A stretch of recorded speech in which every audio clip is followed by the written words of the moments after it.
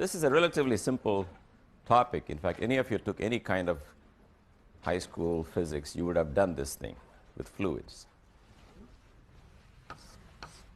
So this is the subject for today, fluid dynamics and statics. So I'll start with a simple static problem. We are going to take, whenever I say fluid, you are free to imagine water or oil. That's it. That's good enough example of a fluid. One important property of the fluid, the density, denoted by rho. Density of water, I will probably denote by a subscript W, and you know that's mass per unit volume. For water, that happens to be 1,000 kilograms per cubic meter. So let's not linger there. I think that's a fairly simple concept. The more subtle concept is the one of pressure. So you have the notion of a pressure. If you go into a swimming pool and you dive down to the bottom, you know the pressure is going up. So what's the formal definition of pressure? Is it a vector? Is it a scalar? Does it have a magnitude? Does it have a direction? That's what I want to explain to you. So you can pick a point on the fluid there and say the pressure there is such and such. And what do we mean by that? We mean by that the following. If you get into that fluid and you want to carve out a little space for yourself, make a little cube, maybe a glass cube, and you want to live inside that cube. So I'm going to blow up the cube like this. The water is trying to push you in from all sides and compress this cube. You therefore have to push out on all the walls.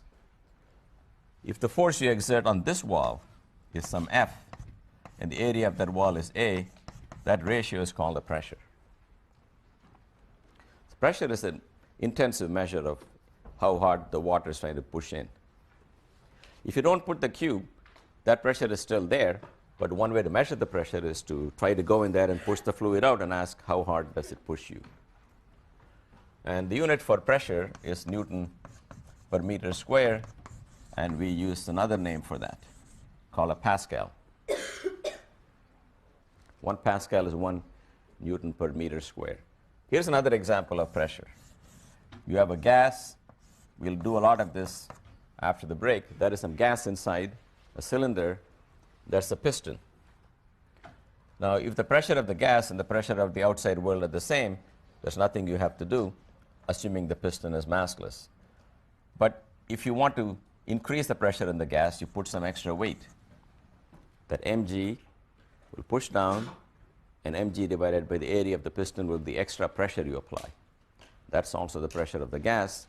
That pressure is the atmospheric pressure plus the extra weight you apply divided by the area of this piston. Because atmospheric pressure is everywhere. So when you push down on the piston here to compress the gas further, you're adding to the atmospheric pressure this extra force divided by area.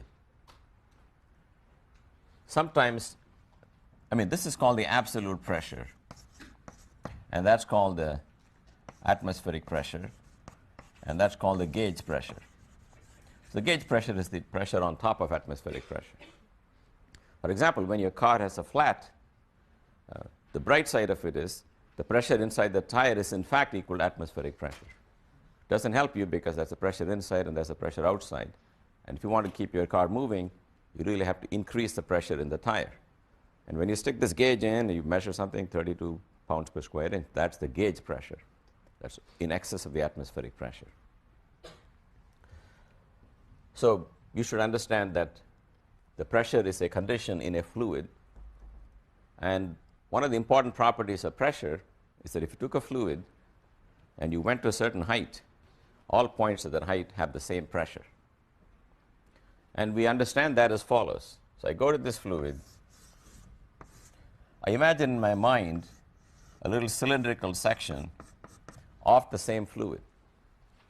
Just draw a dotted line around that region and focus on that little chunk of fluid and say, can the pressure on the two sides, this face and that face, be different? The answer is no, because the pressure on the left were bigger than the pressure on the right, I take a cylinder of some area A, pressure times area on the left will exceed pressure times area on the right, and therefore the fluid should move to the right. But it's not doing anything. It's in equilibrium, and the only way that can happen is if it's pushed equally from both sides. So notice that the pressure on this chunk from the left point this way, and then that chunk points that way. They're trying to push it in. So pressure cannot change at a given depth. But let's take a cylinder that looks like this. Remember, this is not a real cylinder. This is the same water. In mentally, have isolated a part of the water that looks like a cylinder. Maybe you want to draw it in dotted lines. It's just a fluid of cylindrical shape, base area A, and height h.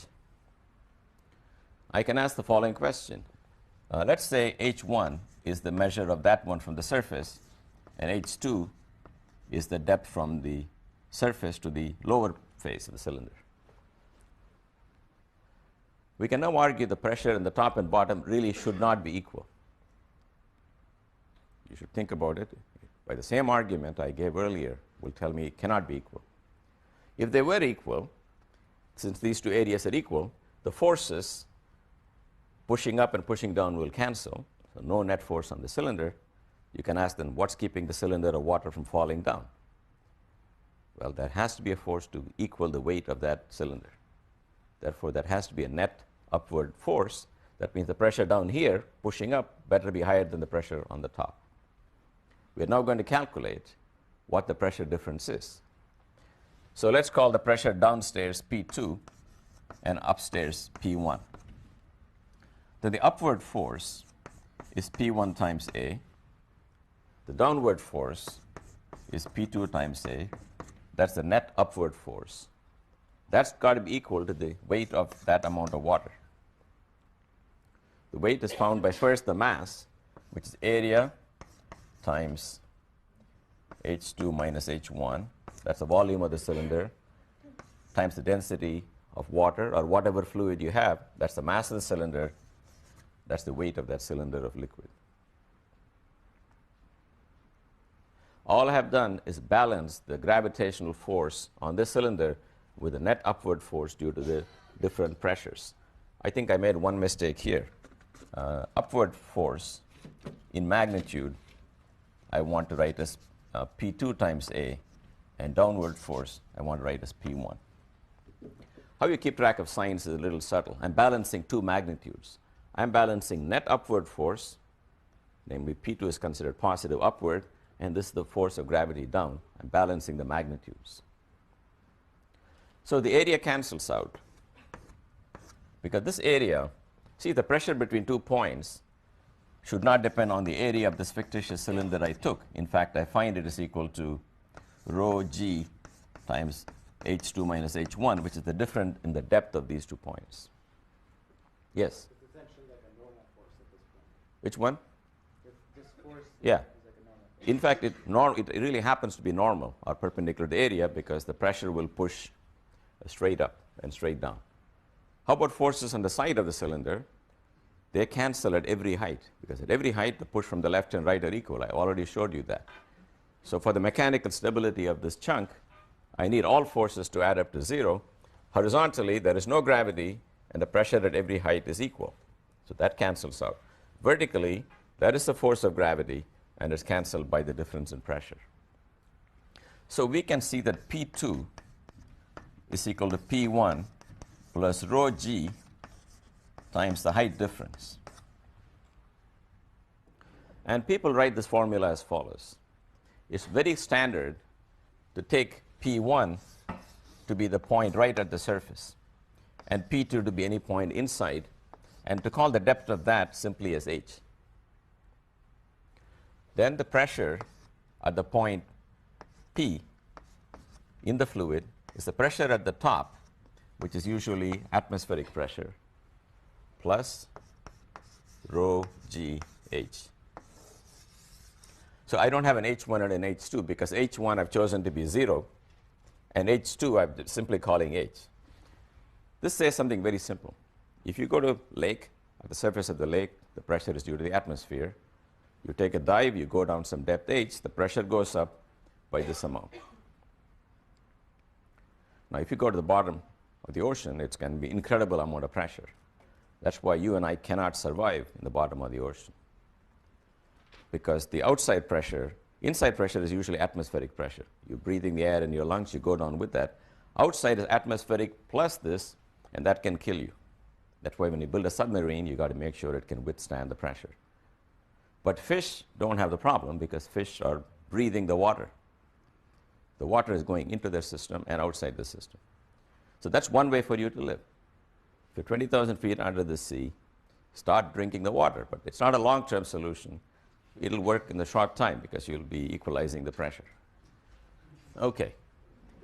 Now, how about the atmospheric pressure? What's the origin of that? And the origin of the atmospheric pressure is that we are ourselves living in the bottom of a pool, but it's filled with air. The air above our heads goes on for maybe 100 miles, but the density decreases, eventually vanishes. So I cannot tell you precisely where the atmosphere ends, but I can say the following. If I go far above where the absolute pressure is 0, in free space there is just vacuum. The pressure here is the atmospheric pressure. Atmospheric pressure at the bottom of the Earth is equal to 0 plus rho gh, where rho is the density of air, g is g, and h is the height of the atmosphere. And that happens to be 10 to the 5 pascals. So we are living in the bottom of a pool where the pressure is 10 to the 5 pascals relative to empty space, interstellar space. But as I said, that pressure doesn't kill us because the pressure can be felt both from the outside pushing in and inside going through your nostrils and everything else pushing out. But you have all seen the dramatic experiment where you take a can of something and you heat it up so the air goes out, then you seal it, then the air that's been driven out reduces the pressure. So when you seal it and you cool it, then the pressure drops. And even the drop in pressure doesn't even drop down to 0, but it's big enough for the whole can to implode. Now let's see what you get here. Let's do the following. This is rho gh, and you can ask yourself the following question. If this was a swimming pool, how high would the water be? In other words, what height of water above the Earth will produce the same pressure as our atmosphere does? Then I say, if I want 10 to the 5 pascals, that the density of water is 10 to the 3, g, let's pretend, is 10, and h is what I'm looking for. Cancel all the powers of 10. H is like 10 meters. And it turns out, is, to the best of my knowledge, is 32 feet. This is the units we don't use in the book, but it's a very common way of thinking. 32 feet. So we are at the bottom of a pool. If it is filled with water, it will be 32 feet of water. All right, so now we are going to take this formula, P equals P naught plus rho gh, and put it to work, get some mileage out of that. So what are the things we can do with that formula? First thing you can do is to build yourself a barometer. Barometer, you know, is a way to tell what the pressure is today. Now, the atmospheric pressure, when I said it's 10 to the 5, that's a typical pressure. It doesn't really stay locked in the value. Each day there are fluctuations. That's why the weather person tells you pressure is going up, pressure is going down. So let's find a way to measure pressure, and here is one way to do that. You take a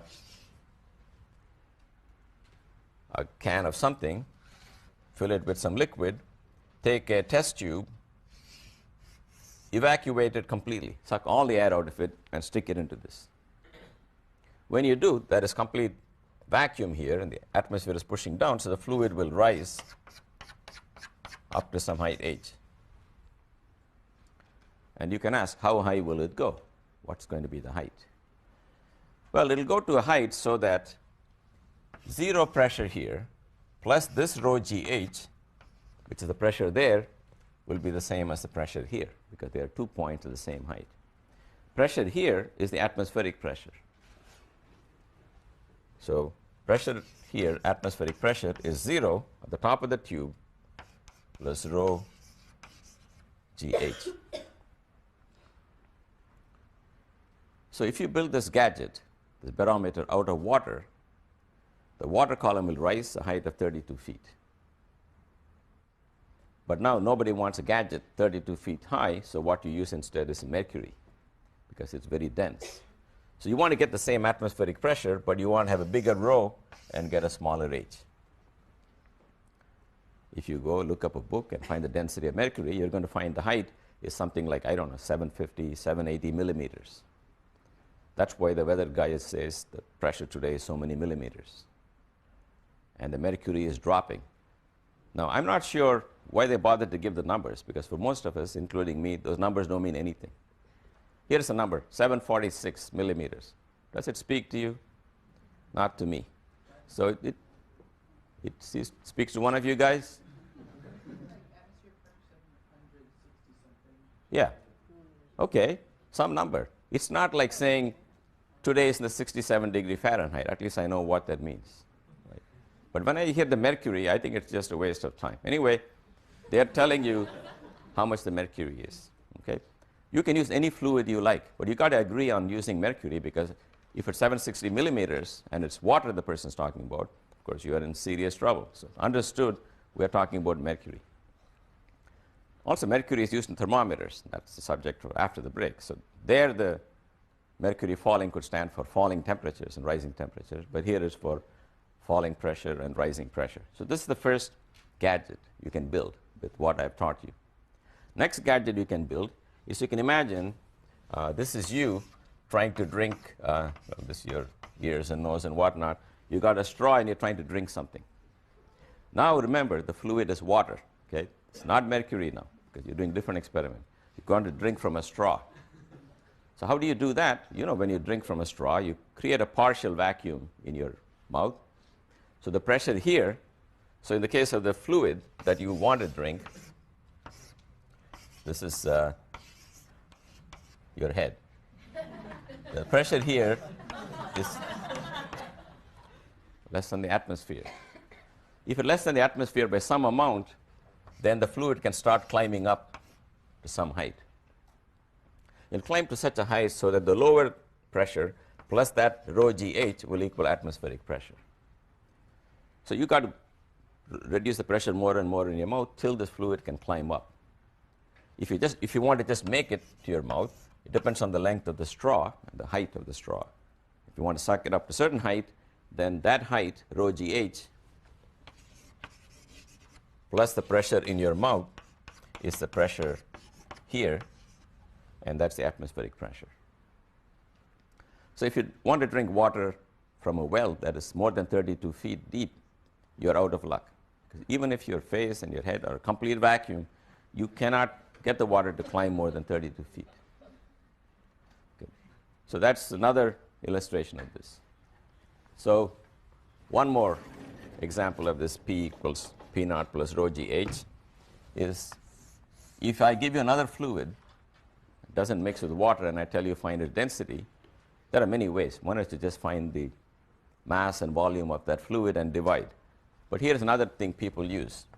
You take what's called a U-tube. Yeah, that's not, I know, that's where you post all the embarrassing videos. Well, this was physics' contribution to pop culture long before any of this happened. This is the U-tube. The U-tube, let's say you fill it up with one fluid, and this is the other fluid. So this is oil, and this is water. If the two heights were equal, then you know we're talking about the same fluid. But this is supposed to tell you that oil is less dense than water, and we can check that by comparing 2 points in this fluid at the same height and saying the pressure must be the same at those points. You understand how I get that? That pressure and that pressure are equal, because you can draw a cylinder there horizontally, which cannot be pushed sideways. From here to this pressure, add that rho GH and that rho GH, and you come to that point, you conclude that pressure is also equal. You cannot jump into the new fluid here, because the rho for here and the rho for this are different. But these 2 points have the same pressure. They are in the same fluid. So let me write that statement that this pressure and this pressure are equal by saying atmospheric pressure is on the top for both of them. That plus rho 1 g h1 is equal to atmospheric pressure plus rho 2 g h2, where this is the second fluid, height goes to h2. The first fluid, the height is equal to h1. The density is a rho 1 and rho 2. Atmospheric pressures cancel. Then you find h1 over h2 is equal to rho 2 over rho 1. So by comparing the heights, you can find the relative density. If one of them is water, then, well, whatever it is, if you know the density of one fluid, you can find the density of the other. Okay, yet another application of this law that the pressure is equal at a given height is the famous hydraulic press. So here are 2 pistons of different radii. This has got cross-section area A1. This has got cross-section area A2. And here, I want to put some incompressible fluid. Incompressible fluid is something whose volume cannot be changed no matter how much you press it. Now, water is pretty close to incompressible. It does have a compressibility, but it's not going to change very much for our purposes. So now here, I have a piston, and I have a piston here. And I push down here with the force F1. And I ask, what force will I get at the other side? You might think F1 equals F2, but since these fluids are at the same height, we only know P1 equals P2. That means F1 over A1 is equal to F2 over A2. So this fluid here will push up here with the force F2, which is equal to F1 times A2 over A1.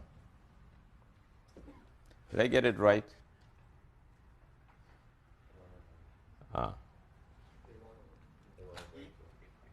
Pardon me? Did I make a mistake here?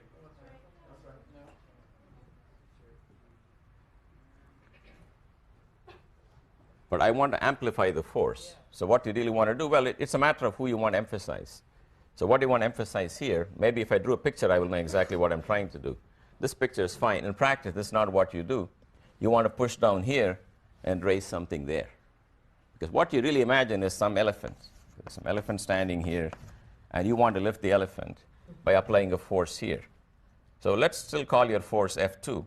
And the force on the other side is the force you apply times A1 over A2. So A1 over A2 could be 100. What that means is if you apply 1 Newton here, you will get 100 newtons on the other side. So that's the way to convert a small force into a large force. But this is the oldest trick in the book. The even older one invented by cave people is that if you have a support like this, you can put a weight here. And let me see, that's right. So a tiny weight here can lift a big weight here because that mg times that distance and this mg times this distance will be equal. But you must know, even from that example, that you don't get something for nothing. In other words, if you lift the elephant here, we're pushing down here. The fact that the forces don't match is perfectly okay. But the work you do here must be the work delivered to the other side, the law of conservation of energy. The work you do on this side is the force multiplied by the distance. Now, force multiplied by distance, I'm going to write as the pressure times the cross-section area times distance. But what is A2 times dx2? A2 times dx2, if you push the liquid here, if you moved it a distance delta x2, area times delta x2 is the volume of fluid you push down here. That's the volume that will come up on the other side.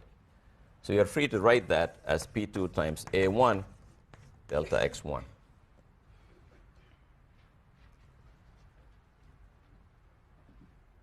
Okay, but P2A1, I'm sorry, yes, Now let's write P2 is the same as P1. P1 times A1 is F1. So it just says that the force times distance on one side is the force times distance on the other side. That means the work you actually do is not amplified by the process. You cannot get more joules out of one side by any device. What you put in is what you'll get out. But still it's useful because in practice, you may have to move a whole meter here to lift the elephant by 1 centimeter. But the point is you can lift elephants this way. That's the important thing. Okay, that's why it's worth doing. And this is how the brake in your car works. You know, you pump the brake pedal. There's a little cylinder there, and there's a fluid there, and the fluid is pushed by your feet. And you push it quite a bit, several centimeters. At the other end, there's another cylinder whose piston is right next to the drum that's rotating and pushes on the drum. And it exerts an enormous amount of force, but it moves a very tiny amount. The shoes that grab your rotating drum move a very tiny amount, whereas your feet move a large amount. But that's the ratio of the force that's transmitted.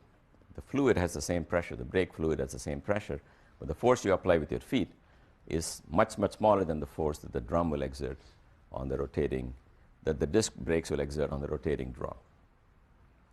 So a lot of hydraulics is based on this simple amplification of force. All right. Now I move to next topic in this field, which is the Archimedes principle. So we all know the conditions under which this was discovered, so I will not go into that other than to say that Mr. Archimedes noticed that if you immerse something in a fluid, it seems to weigh less. What I mean by that is that if you attach it to some kind of a spring balance and you weighed it so that the kx of the spring was the mg of the object, and if you did the same thing now, you will find it seems to weigh less. And the question was, how much less? And Archimedes' answer is very simple. The amount by which you lose the weight, or the weight loss, equals weight of liquid displaced.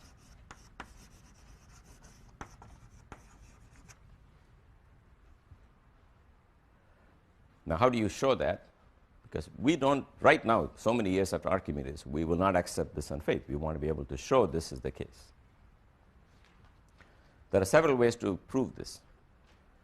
One way which I like is to say, if the thing you were hanging here was itself a chunk of water shaped like that, you don't have to do anything, because that chunk of water can float at that height for free.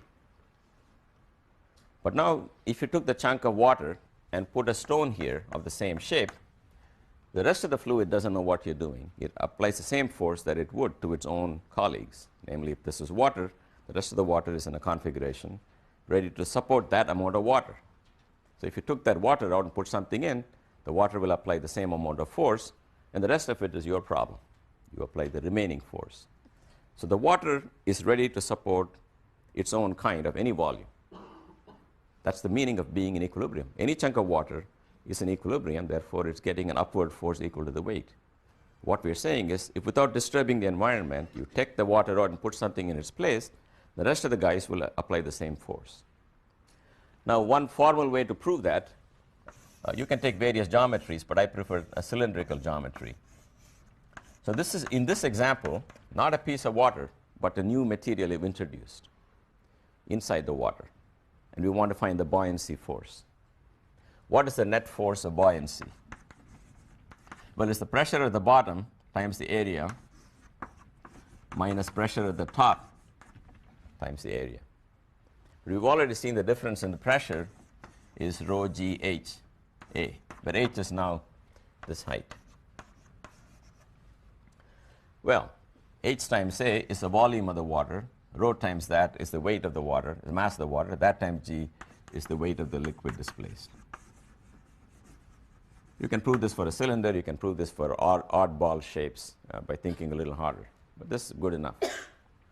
So basically, the body weighs less in water because the lower part of the body is being pushed up harder than the upper part of the body is being pushed down because the pressure increases with depth.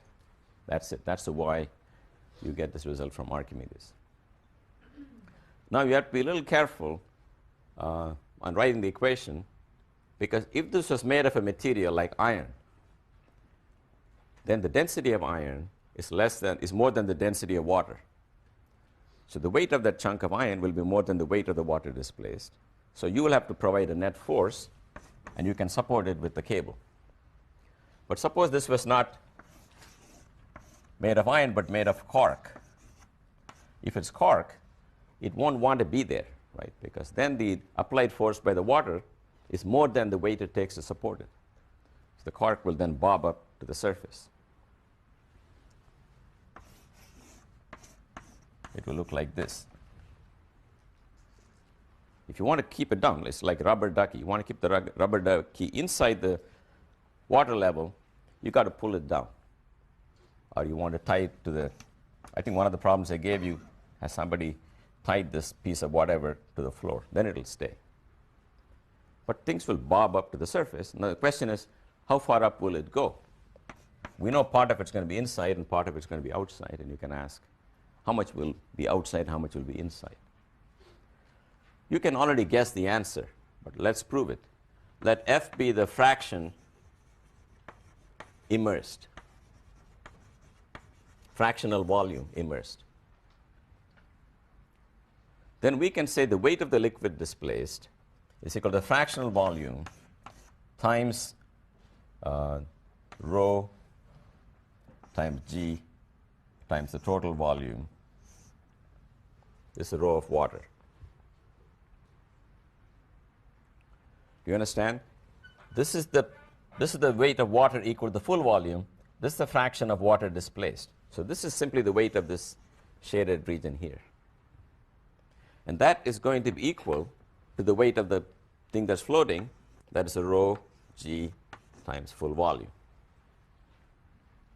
If you cancel the g and you cancel the volume, you find that the fraction that is immersed is the density of that material divided by density of water.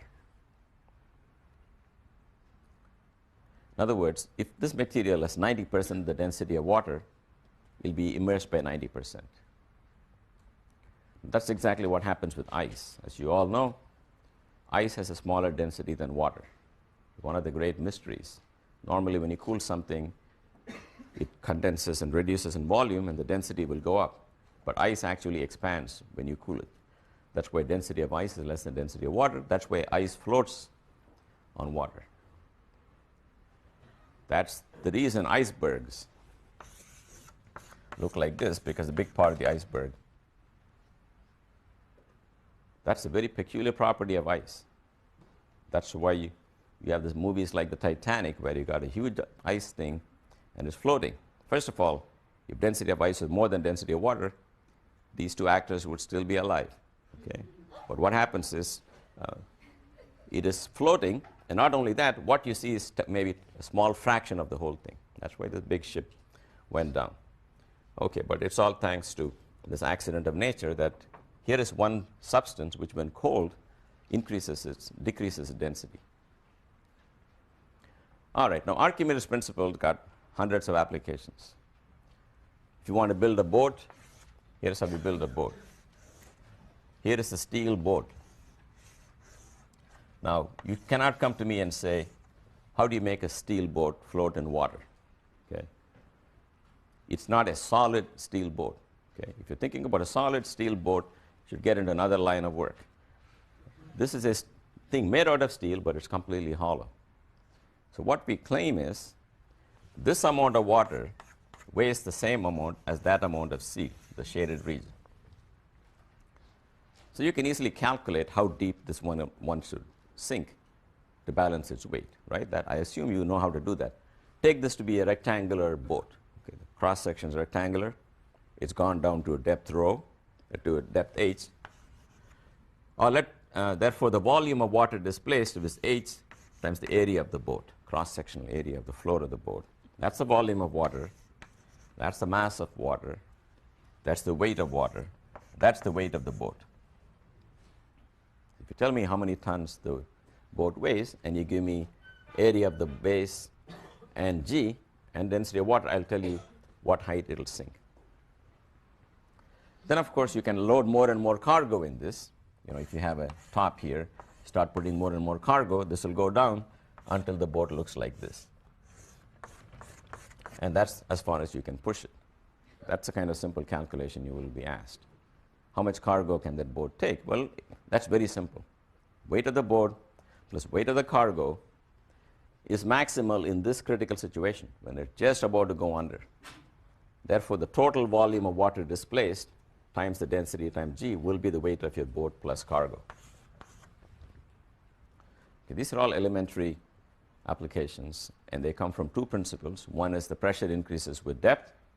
The second is that the weight of the liquid displaced is the weight of the reduction in weight. So you can imagine three cases. One where the density of the material is more than density of water, in which case it will start going down, and you will have to hold it up with a cable, but you won't have to apply the same force as you would outside. Second example is when the density of the object is less than the density of water, in which case it will float with a certain fraction of it immersed and a certain fraction of it outside. The fraction immersed is simply the same fraction as what you get by dividing its density by the density of water. Also, density of water changes. In the Dead Sea, because of the salt concentration, density is a lot higher, so it's a lot easier for people to float. Okay, now for the last and final topic, that's called Bernoulli's equation. This is the first time I'm going to consider fluids in motion. So far, my fluids were at rest. And it's really very simple. But notice one more time, all I ever invoked was Newton's law of motion.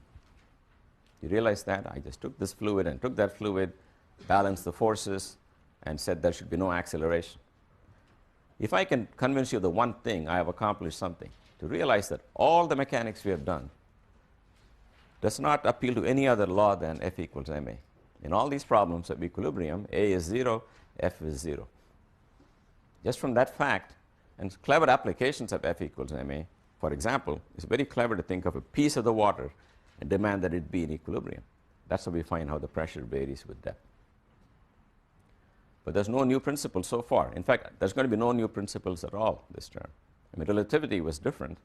The whole space-time are modified. But non-relativistic mechanics, it's all coming from Newton's law, as is this problem.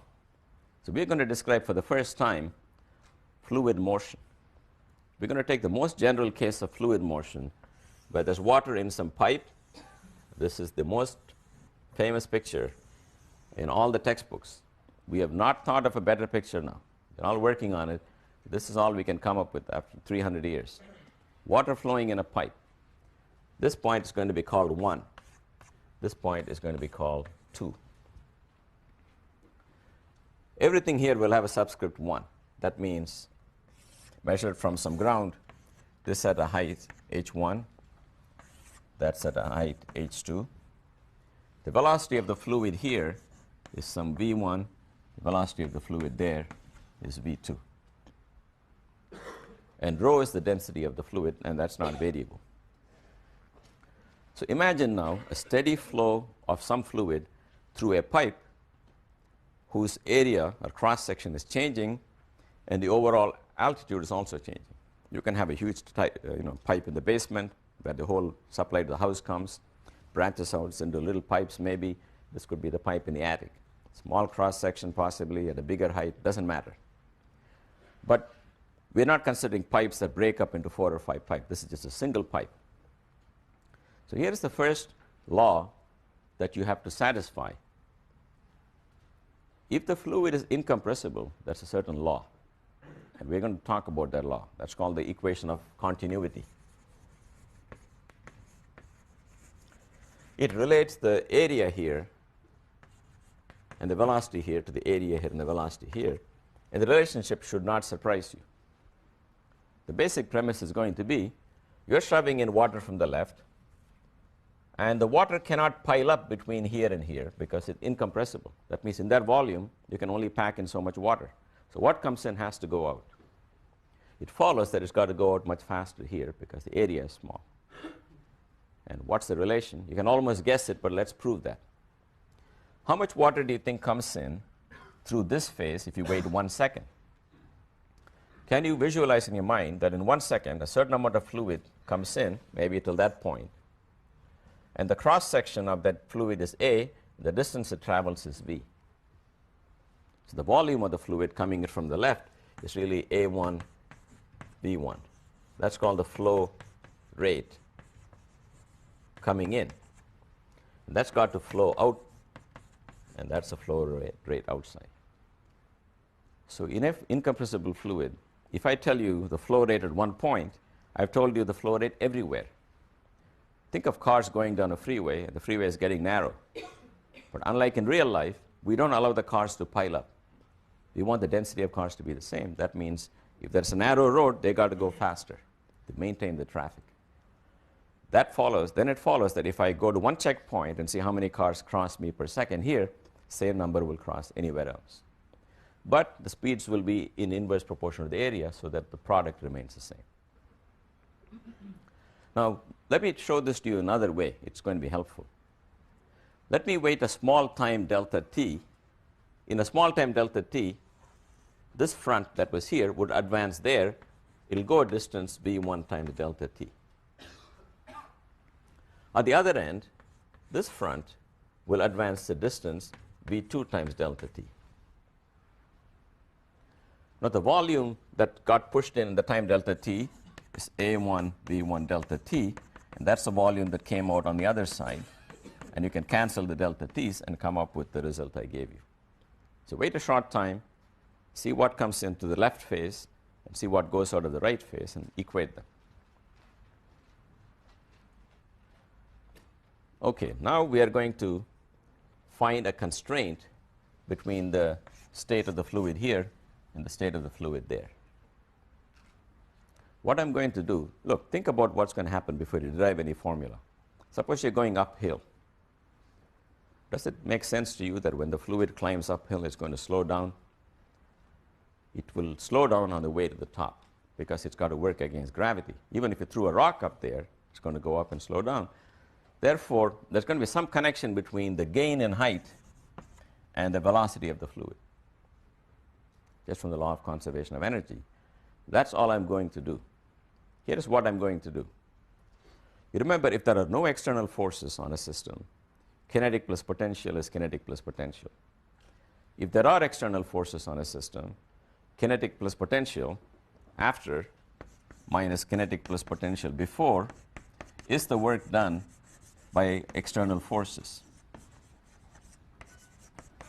That's what I'm going to use here. What are the external forces and what's the energy is what I'm going to think about. So here's what I'm going to focus on. Take this region of fluid trapped between these two cross sections at t equal to 0. Wait a short time delta t. What happens to that body of fluid? It does what I told you. In the front, it advances to the new region there. Maybe I should draw a better picture here. This is the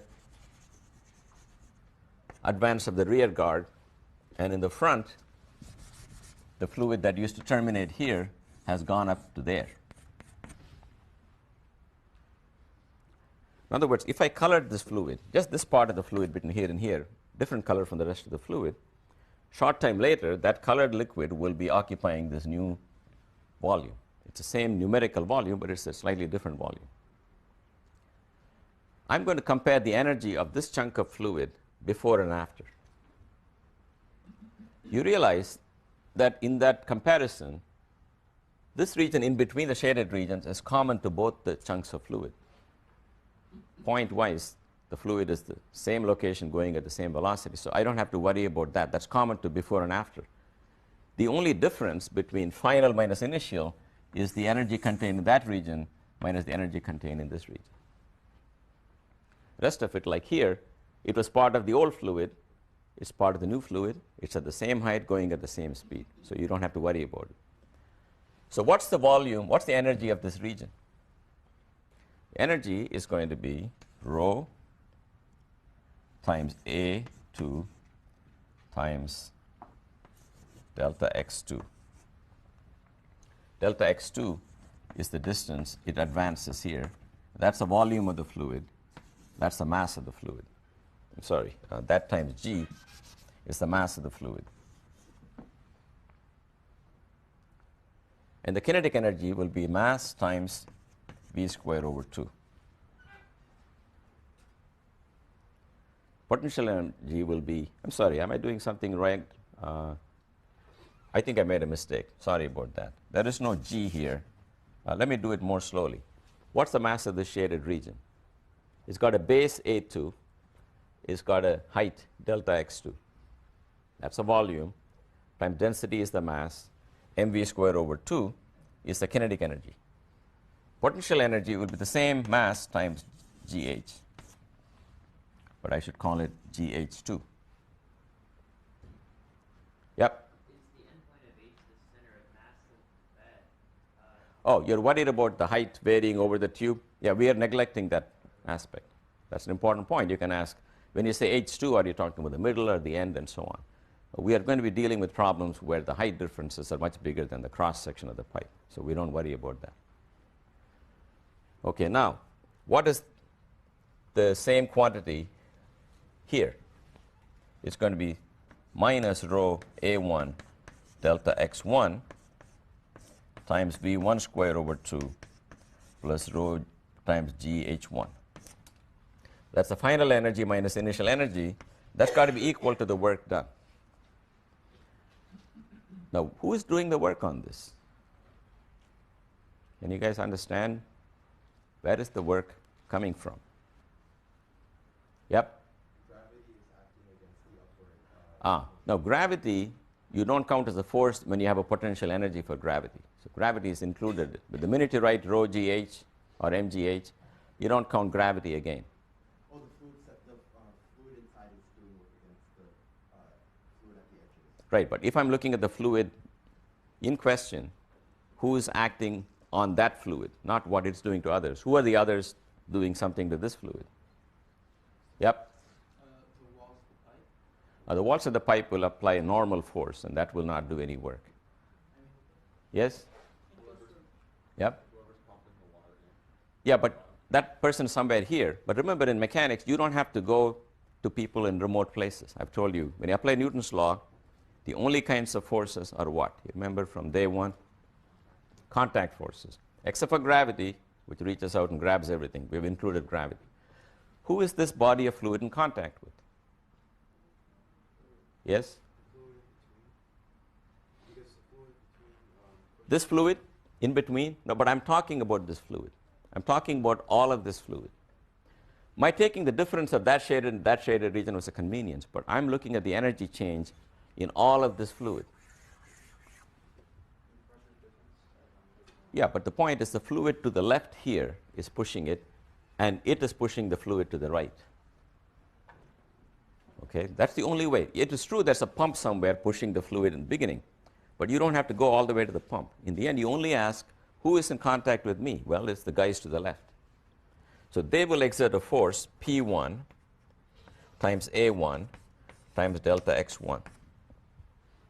Because that's the force, that's the distance, that's the work done on the fluid. And the work done by the fluid is P2 A2 delta x2, because if it moves to the right, it is doing work. On the left, it has work done on it. There you go. Now you can see that A1 delta x1 and A2 delta x2 are all equal, because that is just the volume of the fluid displaced in the short time. That is just the continuity equation. If you divide everything by delta t, if you like, then you will find that delta x2 over delta t is v2. I'm just using the fact a1 v1 is a2 v2. So if you cancel those factors, what do I get? I'm going to just write it for you. Now you guys can go home and check it. P1 minus P2 is equal to 1/2 rho V2 square plus rho g H2 minus 1/2 rho V1 square minus rho g H1. Now this is a derivation that you can go home and study at leisure in any book you like. They're all the same. The story is the same. I can only tell you, if you like to know what the trick behind the derivation was. I don't mind going over that, because maybe there are different volumes in question. You may have gotten confused. But first, let me write down the result. By writing everything with 1 on the one side and 2 on the other side, I get this result, P1 plus rho V1 squared over 2 plus rho g H1 is P2 plus rho g H2 plus 1/2 rho V2 squared. This is nothing other than the law of conservation of energy applied to unit volume. If you take 1 meter cubed of the fluid, its mass is rho times 1. So this is really a mass of 1 cubic meter of the fluid. This is its kinetic energy, that's its potential energy, that's the kinetic, and that's the potential. You might say, why aren't we just equating kinetic plus potential to kinetic plus potential? It's because this chunk of fluid that I focused on is not an isolated system. It's getting pushed from people behind it, and it's pushing people ahead of it. So you've got to take the difference between the work done on it and the work done by it. Then you will find they don't quite cancel because the pressures are not equal. If the pressures are unequal, you get an extra contribution. But this is simply the law of conservation of energy.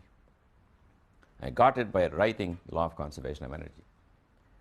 But it takes a while for you guys to get used to applying the law of conservation of energy. You may be always used to saying kinetic plus potential is kinetic plus potential. You got used to that. Or you also remember kinetic plus potential may be less at the end than in the beginning because there was friction.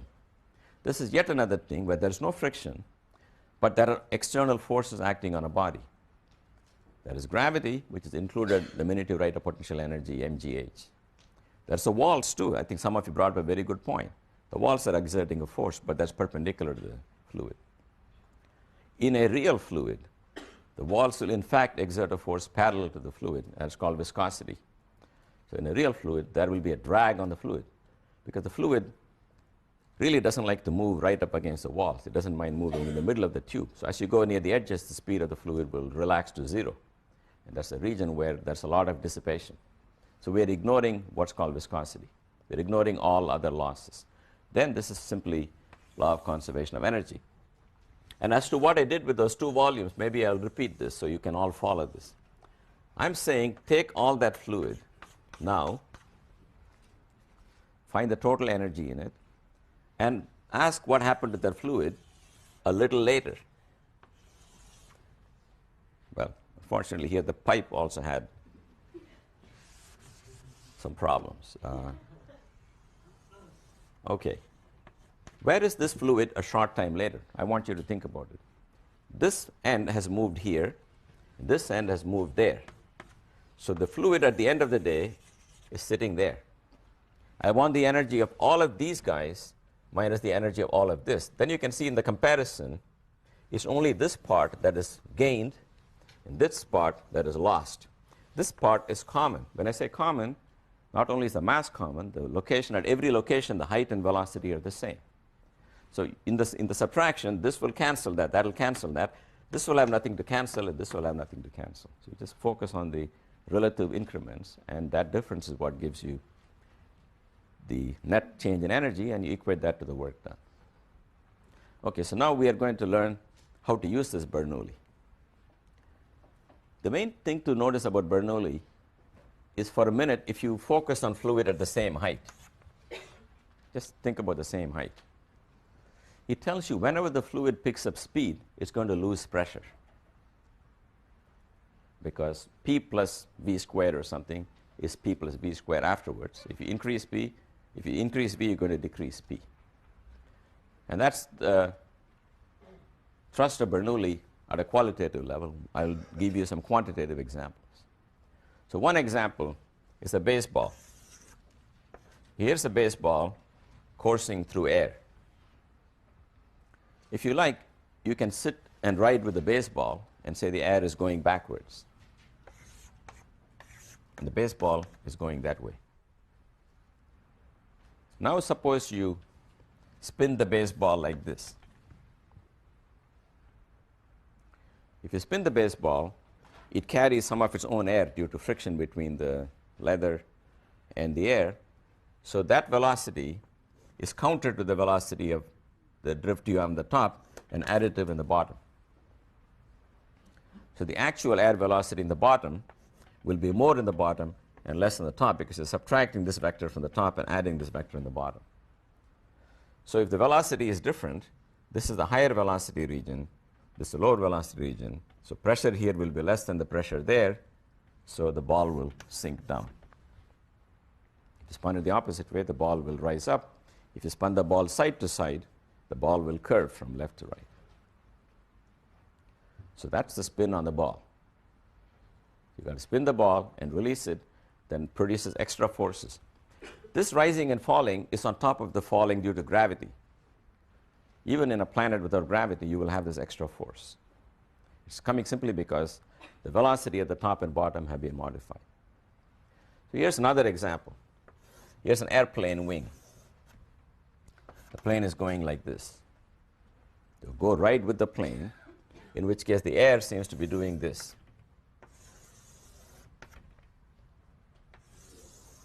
Far from the plane, everything looks the same as if the wing were not there. But near the wing, this is the flow of air past the wing. Notice that these guys above the wing have to travel further than the particles below the wing so they can catch up here where everything is the same. So the velocity on top of the airfoil is faster, therefore pressure is lower. Pressure is lower than in the bottom, then the difference in pressure times the area of the wing will push the wing up. That's the lift you get when you start a plane. When you're on the runway, this is why the plane goes up. Once you're airborne, you can tilt your wing. When you tilt your wing to this angle, then of course it's very clear that you can get a component of lift. But I'm talking about when the wing is not tilted but horizontal. That's what gives you the lift. Now what if you made a wing that looks like this? Okay, so you're all laughing. But this has a use too. Have you seen it anywhere? Yes? NASCAR. On the racetrack, you want the opposite effect because you want to push down on the car, and therefore you manufacture wings. You go to the factory where by mistake they built a wing that looks like this. Then you can bring it to your race car and attach it. Then it will keep the race car down.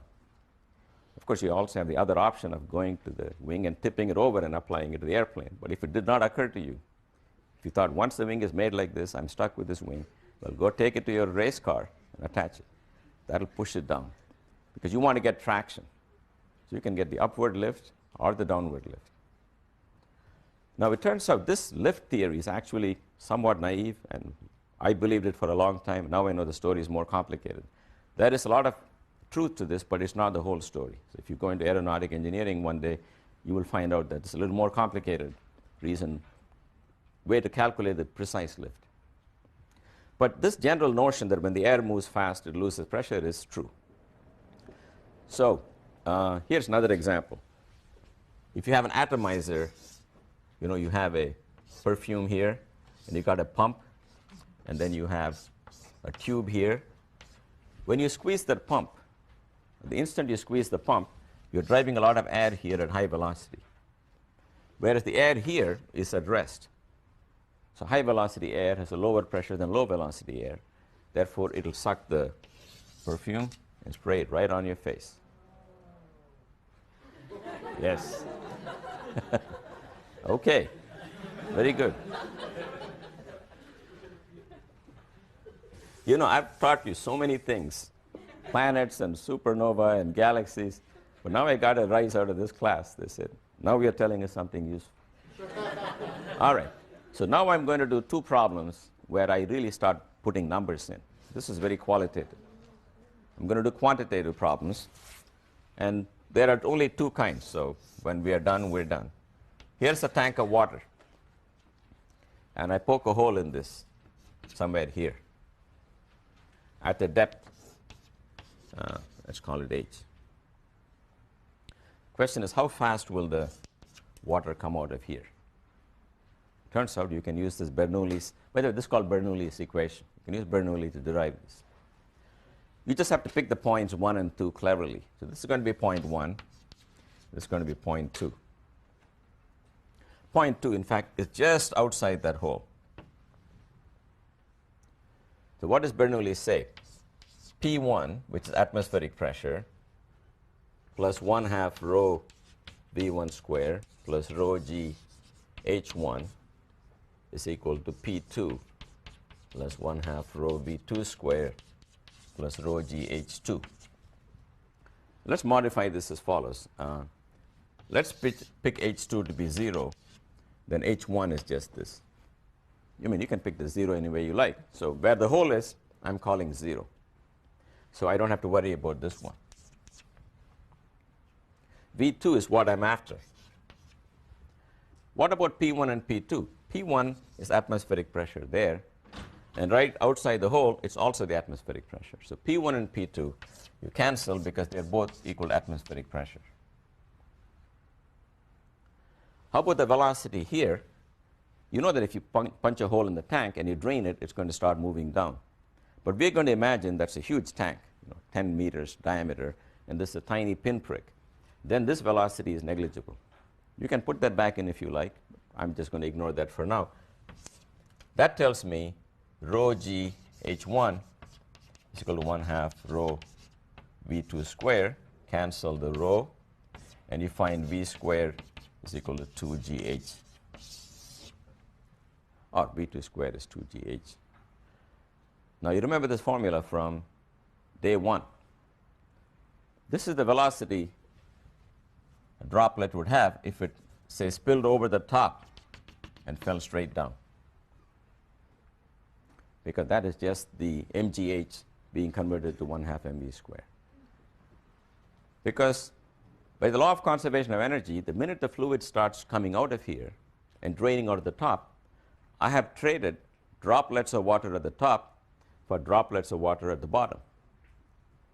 And therefore, since they had potential energy at the top, they must have kinetic energy at the bottom. But be clear about one thing. The drop coming here is not the same drop moving at the top. If I push it over the top, that would be the same drop, and it's very clear to all of us. The beauty of this is this water is pushing down and something is coming out here, but it's coming out with the right speed, so that drop by drop, the kinetic energy of what comes out here, the potential energy of what's draining at the top. So you can punch the hole at various places. Once you punch a hole here, it's going to land there, and you can imagine the fun you can have with this kind of problem. Where do I punch the hole so that if my dog is standing here, it's going to feed the dog? Or don't feed the dog, go in front of the dog, go past the dog, get the biggest range, smallest range, whole bunch of problems. They will combine this Bernoulli, who will tell you how fast it's coming out, with chapter 1 of how to do trajectories once the fluid is coming out this way. Okay, last topic. It's not even a new topic. Last application of Bernoulli has to do with what's called a Venturi meter. By the way, you can imagine this is just a cross-section of possible applications of fluid dynamics. You can take a whole course on fluid dynamics. So let's take the following problem. So you're going in an airplane, and you want to find out how fast the plane is going. How do you think you find out? So I will show you now one device people use to find the flow rate, to find the speed of the plane through the atmosphere. So you go to the plane and you attach the following device to the underside of the plane. Well, I'm imagining in my mind a symmetric thing. This is a pipe with a constriction. Here the air is coming in at the speed of the plane itself. See, in real life, the plane is going through the air, but go sit with the plane, in which case the air is going backwards at the speed of the plane. So that's a cross-section A1 here.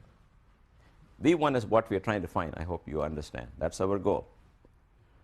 Then it comes to this region where it has to speed up because A1, V1 is A2, V2. If it speeds up, the pressure here is going to be lower. Let's first calculate the pressure difference between this point and this point. Now, they are both at the same altitude. Here's another example. You're 5,000 feet above the ground. Don't worry about altitude to here or there or there. That's 5,000 is the big height, and that rho gh cancels on both sides. We don't worry about the variation in height over this gadget. It's a very, very tiny thing you attach to the underside of the plane. So then I can say P1 plus 1/2 rho V1 squared plus rho g h1 I'm not going to write because h1 and h2 are going to be equal. Then it's P2 1/2 rho V2 squared. Therefore, P2 minus P1 is equal to 1/2 rho V1 squared minus V2 squared. Now, V1 is the speed of the plane. Now, V2 is not the speed of the plane, but we know what V2 is because V2 times A2 is equal to V1 times A1. So we can write here 1/2 rho V1 squared minus V2 squared is V1 squared times A1 over A2 squared. So pull out the V1 and you write it as 1/2 rho V1 squared times 1 minus A1 over A2 squared.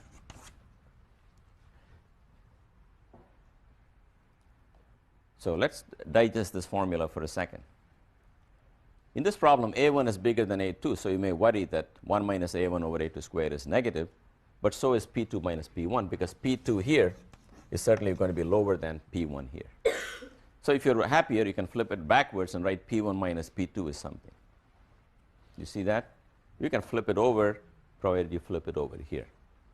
But ask yourself, what do I need to know to find the speed of the plane? Speed of the plane is here. Rho is the density of what? Can you tell me? Rho is density of what?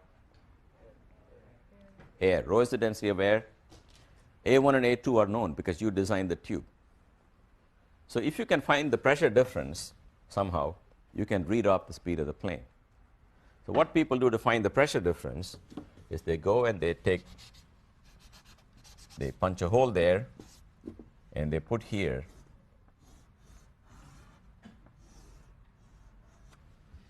a fluid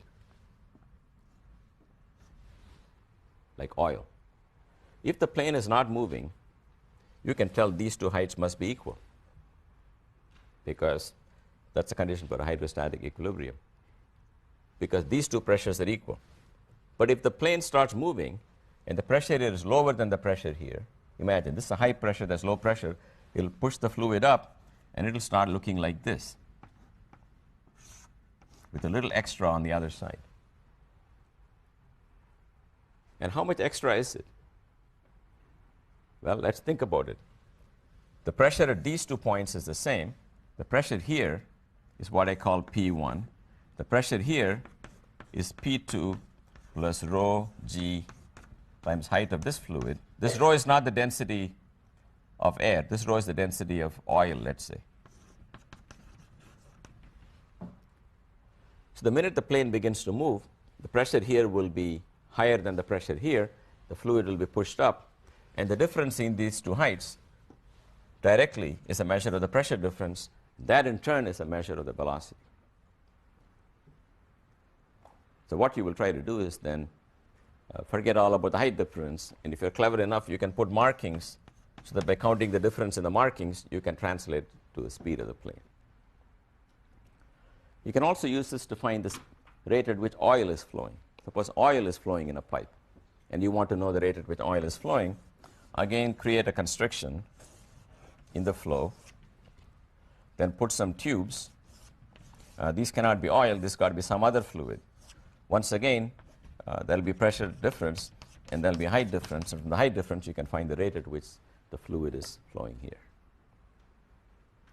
So what's the trick we use? Yes? Does the fluid that you use in the tube have to be more dense than the fluid that's flowing past? Oh, for this one? Yeah, in general.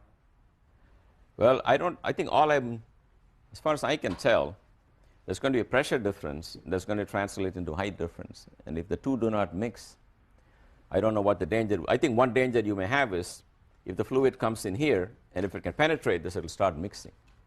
Right? So for that purpose, it may be better if this one is a higher density than the one on the top.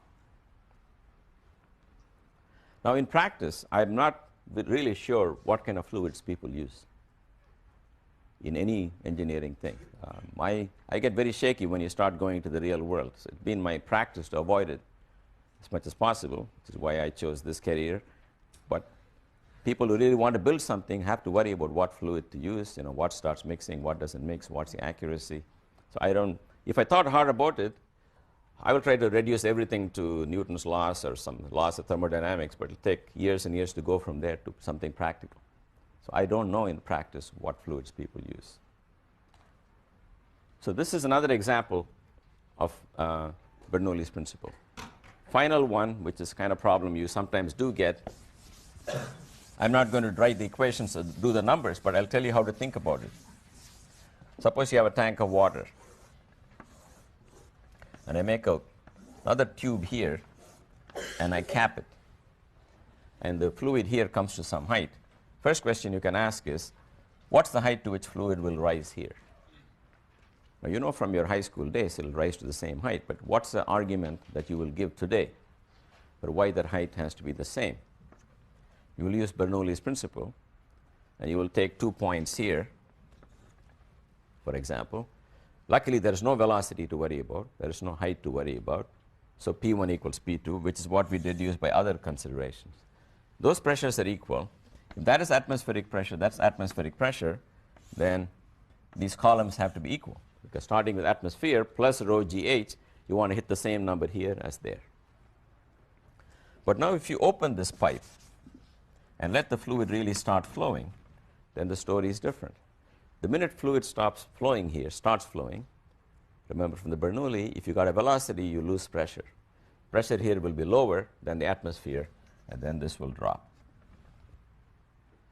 It will drop so that atmosphere plus that height gives the pressure here, whereas atmosphere plus the bigger height gives the pressure here. And the velocity here is assumed to be negligible, and the velocity here is some velocity with which the fluid is coming out. Okay, so guys, have a good holiday, in spite of what I've done to you most reluctantly, and I'll see you all after the break.